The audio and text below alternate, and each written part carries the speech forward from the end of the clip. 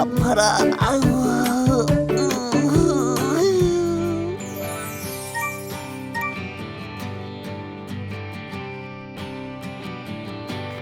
아야, 안 되겠어. 이번 기회에 자전거에 대해 정확히 알아봐야겠어요.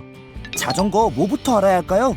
가장 중요한 거는 자신의 자전거의 종류를 아는 것이 중요합니다. 크게 4가지가 있습니다. 4가지. 첫 번째, MTB 자전거. MTB 두 자전거, 번째, 로드형 자전거. 로드형 자전거, 세 번째, 일반 생활형 자전거. 마지막으로 특수형 자전거가 있습니다. 특수형 자전거. 여기서 잠깐! 자전거는 휠 크기에 따라 구분되어지기도 하는데요. 일반적으로 신장에 따라 각기 다른 휠 크기의 자전거가 있다고 생각하시면 됩니다. 자전거의 휠 크기는 14인치부터 29인치까지 다양하게 있으며 그중 14인치부터 18인치까지는 주로 유아나 어린이용 자전거가 주를 이루고 있습니다. 그리고 23인치부터 29인치까지는 성인용 자전거로 앞서 설명했던 MTB, 로드형, 일반 생활형 등에서 볼 수 있다고 하는데요. 일반 생활형 자전거의 대표적 모델인 미니벨로 자전거는 16, 18, 20인치의 사이즈가 대표적이며 MTB 자전거는 26에서 29인치 휠 크기의 자전거가 있다고 생각하시면 됩니다.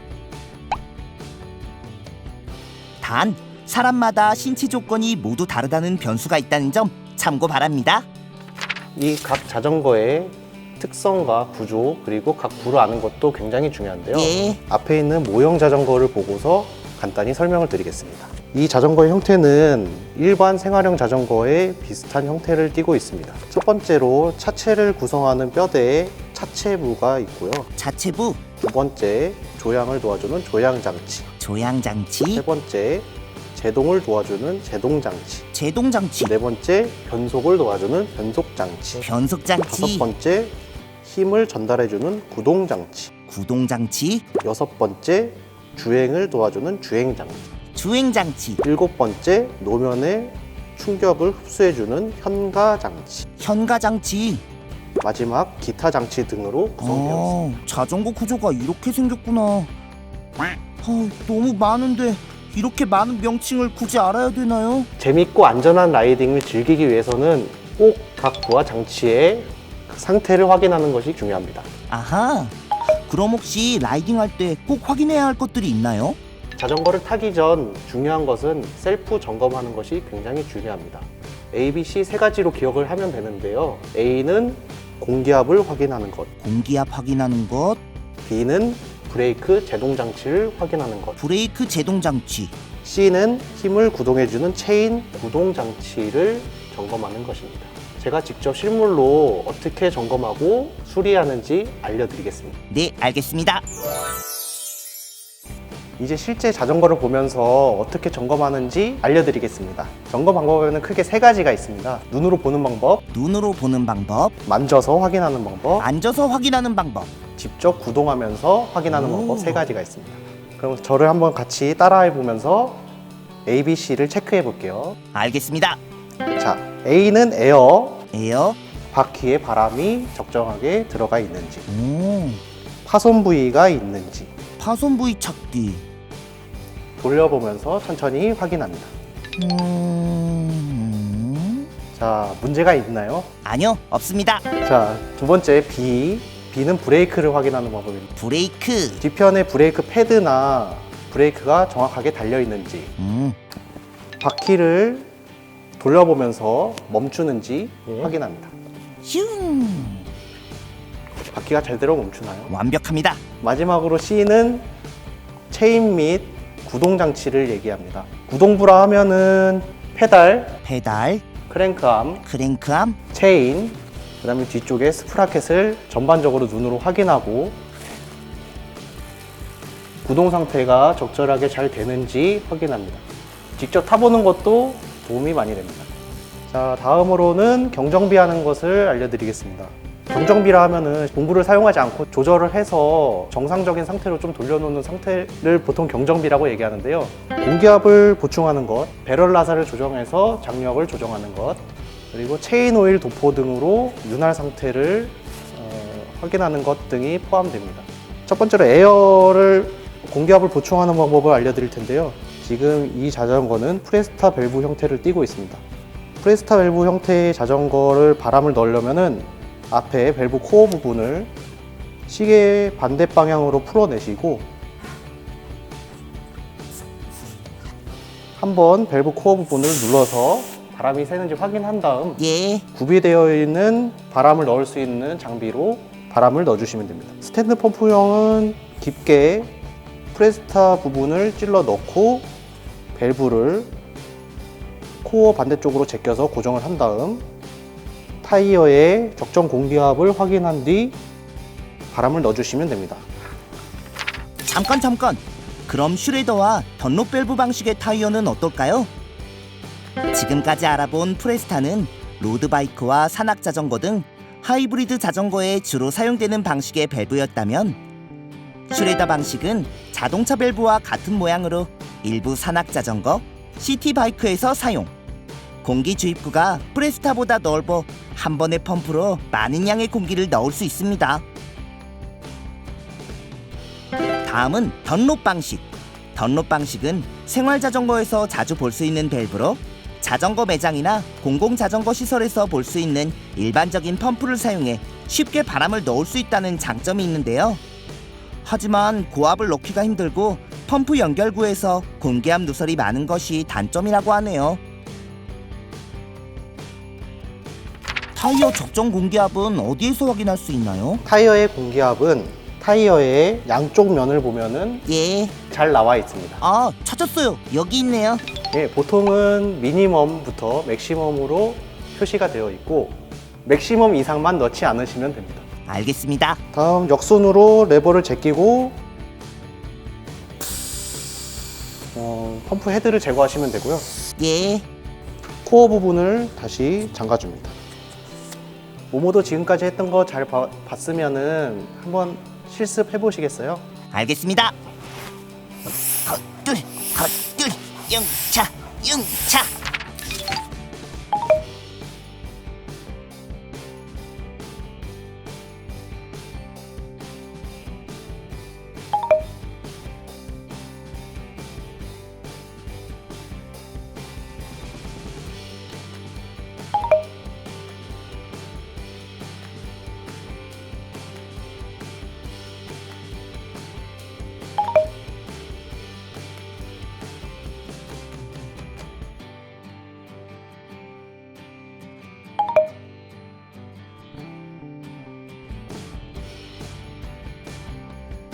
두 번째 B에 대해서 알려드릴게요. 알겠습니다. B는 브레이크를 의미하는데 브레이크 점검할 때 직접 레버를 잡았을 시 너무 깊게 들어갔을 시 배럴 나사를 시계 반대 방향으로 풀어주면서 정비를 해주시면 됩니다. 문제 없습니다. 마지막으로 C 체인은 이물질을 제거하고 적절하게 윤활을 해주는 겁니다. 윤활을 하실 때는 롤러 사이에 윤활제가 잘 들어가도록 도포합니다. 충분히 도포 후 과도하게 뿌려진 윤활제를 한번 닦아냅니다. 기계끼리 맞닿을 때 마모가 빨리 되고 소음이 나기 때문에 윤활제를 도포합니다. 지금까지 셀프 점검에 대해서 알아봤는데요. 이번에는 서울 시민들이 가장 많이 사용하는 따릉이에 대해서 알아볼게요. 따릉이를 많은 사람들이 사용하다 보니 저한테 맞는 안장 높이를 잘 모르겠어요. 안장 높이에 대해 알려주시겠어요? 안장 높이를 너무 낮게 타거나 너무 높게 타면은 오히려 건강을 해칠 수가 있습니다. 적정한 안장 높이를 맞춰서 타는 게 굉장히 중요한데요. 우선 적정한 안장 높이는 자전거 옆에 섰을 때 좌골의 높이 정도를 여기. 맞춰주시면 되는데 좌골의 높이에 옆에 직접 서셔서 좌골의 높이의 안장 끝부분이 비슷한 높이로 됐을 때 적절한 높이에 근접하다고 할 수 있습니다. 예. 직접 한번 타서 제가 안장을 어떻게 조절할지 알려드릴게요. 예. 자. 사람들이 안장 높이를 양쪽 발을 꼭 닿아야지 안정적인 느낌이 들어서 다소 안장 높이를 낮게 하실 때가 굉장히 많은데요. 실제는 안장 높이가 양발이 닿지 않는 까치발이 닿는 그런 느낌으로 세팅이 돼야 적절한 안장 높이가 됐다고 할 수 있고요. 실제 이건 스탠드가 있는 형식이니 한번 올라가서 바퀴를 뒤로 굴려보면서 한번 알아보겠습니다. 다시 한번 내려오셔서 실제 무릎 각도가 너무 깊게 많이 꺾여 있으니까 조금 조절을 올리는 게 좋을 것 같습니다. 제일 밑에 부분으로 하였을 시 다리가 완전히 펴지면 안 되고 살짝 굽은 형태가 돼야 돼 맞는 형태고요. 그리고 발의 제일 넓은 부분의 볼이 페달의 중심축에 밟을 수 있도록 발을 고정하셔야 되고요. 다시 한번 뒤로 다리를 굴려보면은 이전보다 훨씬 편한 느낌이 드나요? 오, 편합니다. 주임님, 사실 이거 모모가 여름 내내 놔둔 자전거인데요. 이제 라이딩하기 좋은 계절이 왔잖아요. 모모처럼 자전거를 오래 기간 방치해둔 사람들이 주의할 점 있을까요? 자전거를 오래 방치하게 되면은 비를 맞거나 먼지가 쌓여서 정상 작동을 안 할 가능성이 있습니다. 버려지는 자전거의 개수가 점점 증가한다고 합니다. 실제 지하철이나 주변 역을 보면은 자전거 거치대에 많은 자전거들이 버려지거나 방치된 것을 보실 수가 있습니다. 이는 실제 사용자도 불편을 초래할 뿐만 아니라 도시 미관에도 상당히 악영향을 미치면서 자전거는 친환경 교통수단인데 오히려 환경을 오염시키는 요소로 작용하고 있습니다. 따라서 꼭 자전거를 방치하지 말고 내 자전거를 다시 한번 돌아볼 수 있고 정비를 하고 타셨으면 좋겠습니다. 사실 모모도 이 자전거 너무 오래 둬서 버리려고 했는데 이제는 그렇게 하면 안 되겠네요. 어떻게 정비하면 될까요? 우선 오래 방치하면은 녹들이 발생하는데 녹 부분을 제거해 주시면 됩니다.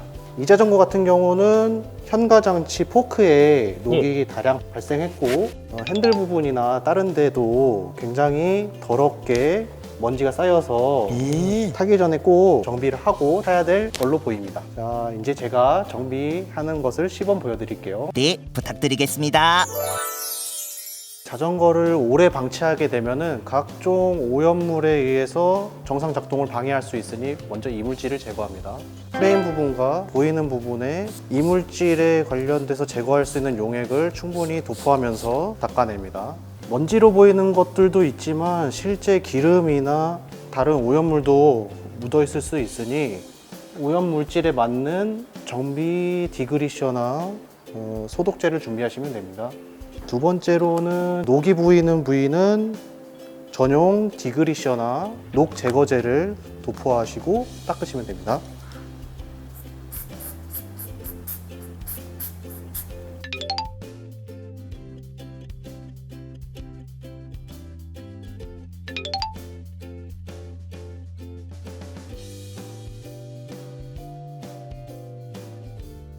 팍팍 긁거나 하면은 표면에 무리가 가게 되고 다시 그 표면에 코팅을 안 하는 이상 다시 녹이 슬게 되니 이런 점을 주의하시면 됩니다. 마지막으로 방치 자전거의 이제 체인 부분에 많은 이물질이 묻어 있는 것을 보실 수가 있는데요. 보통은 기름때가 주로 원인이 되고 기름때 위에 먼지가 쌓여서 닦게 되면 이렇게 많은 이물질이 묻어나는 걸 볼 수 있고 일단은 많은 부피의 것을 먼저 제거하고 제거제를 도포하면서 닦아주시면 됩니다. 닦아주실 때는 스프라켓 부분도 충분히 닦아주셔야 되고 체인 부분의 바깥쪽 플레이트와 안에 롤러 부분도 충분히 닦아내셔야 되고요. 그 다음에 변속을 도와주는 다운 풀리와 어퍼 풀리를 깨끗하게 닦아주셔야지 변속이나 구동에 트러블이 없이 부드럽게 타실 수가 있습니다. 이 자전거 같은 경우는 디스크가 달려있는 디스크 브레이크를 쓰고 있고요. 이 자전거는 장력이 약해서 브레이크가 정상적으로 작동을 하지 않습니다. 지금 이거를 교정해주기 위해서는 케이블 장력을 높여줘야 되는데 케이블이 고정되어 있는 부분을 풀어서 장력을 좀 세게 당겨주시면 되고요. 더불어 디스크 브레이크의 로터가 휘었는지 로터를 잡아주는 패드를 고정하는 뭉치도 정확하게 가운데 달렸는지 확인하고 교정해 주시면 됩니다. 잠깐! 디스크 브레이크 정비 방법에 대해 좀 더 자세히 알아볼까요? 먼저 디스크 브레이크 패드는 레진 패드와 메탈 패드 두 가지로 나눠지는데요. 레진 패드는 고밀도 세라믹과 천연 수지 재질로 이루어져 제동력과 내구성은 떨어지지만 소음이 적고 마찰열의 전달을 지연시키는 장점이 있습니다. 따라서 브레이크 패드에서 발생하는 마찰열을 브레이크 캘리퍼와 브레이크에게 잘 전달시키지 않죠. 하지만 빠른 마모와 흡습성, 흡유성이 강해 기름 등의 오염에 취약하다는 점 잊지 마세요. 메탈 패드는 금속 함량이 많은 화합물 재질입니다.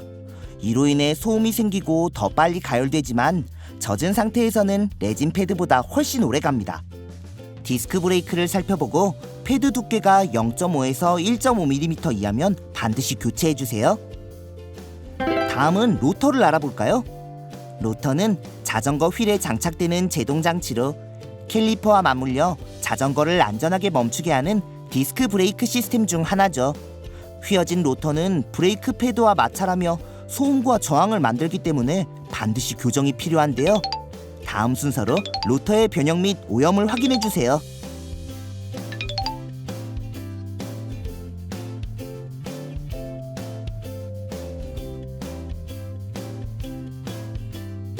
마지막으로 캘리퍼 정렬 정비 방법. 다음과 같은 순서로 캘리퍼 정렬을 맞춰주세요.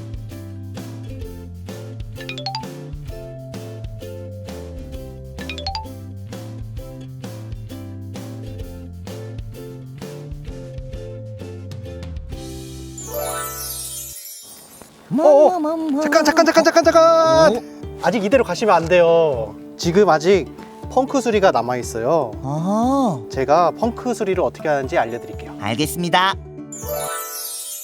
일단 유관상 펑크가 의심될 시 먼저 바람을 넣어봐서 바람이 들어가는지 확인해야 됩니다.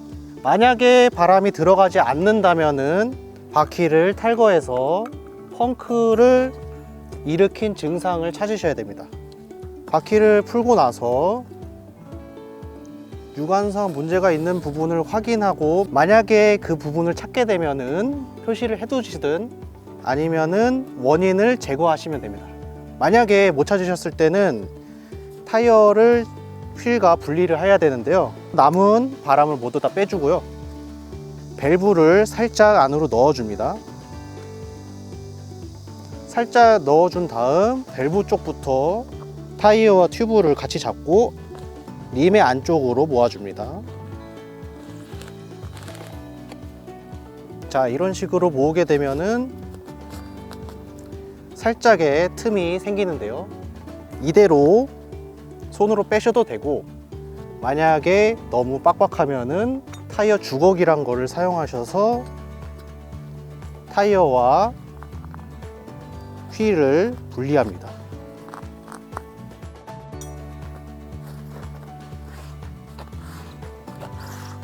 분리 한쪽이 빠지면은 튜브를 밸브의 맞은편부터 빼고요.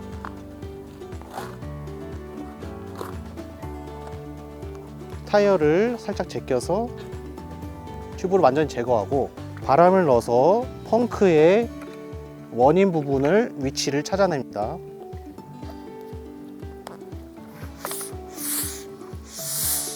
바람을 넣게 되면은 튜브가 빵빵해진 상태에서 바로 펑크 부분에 보이면은 그쪽 부위를 마킹할 수 있는 걸로 표시를 합니다.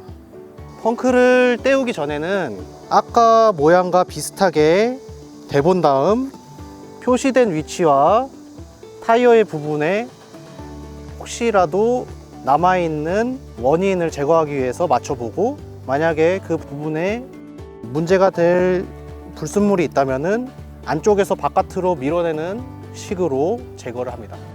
자, 여기까지 됐으면은 튜브를 떼우는 방법을 알려드릴 텐데요. 남아있는 공기를 모두 제거합니다.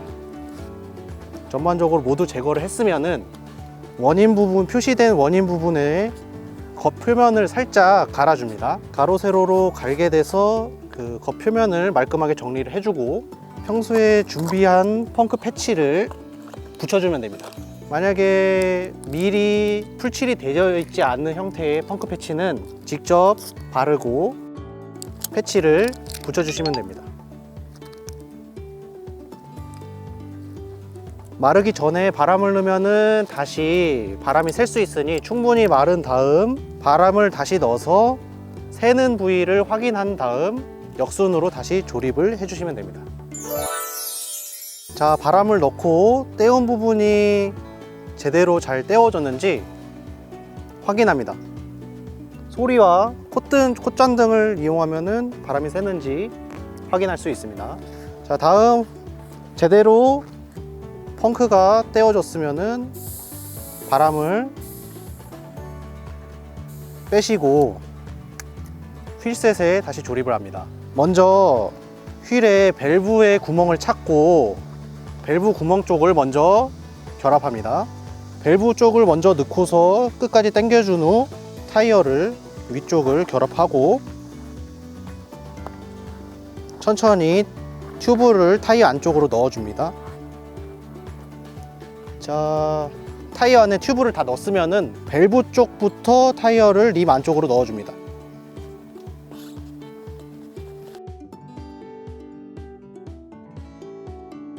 다음 마지막으로 바람을 넣으면서 타이어의 비드 부분이 휠에 잘 맞게 들어가는지 확인하면서 넣습니다.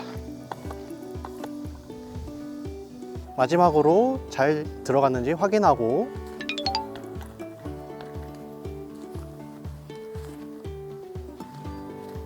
다시 자전거에 조립하여 줍니다.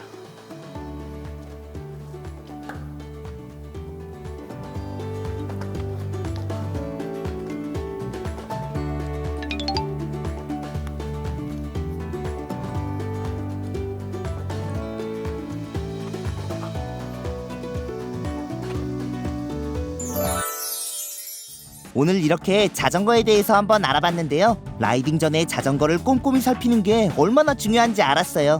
저도 이제 일상 기술자가 된 기분이에요. 조금만 관심 갖는다면 여러분 모두 할 수 있습니다.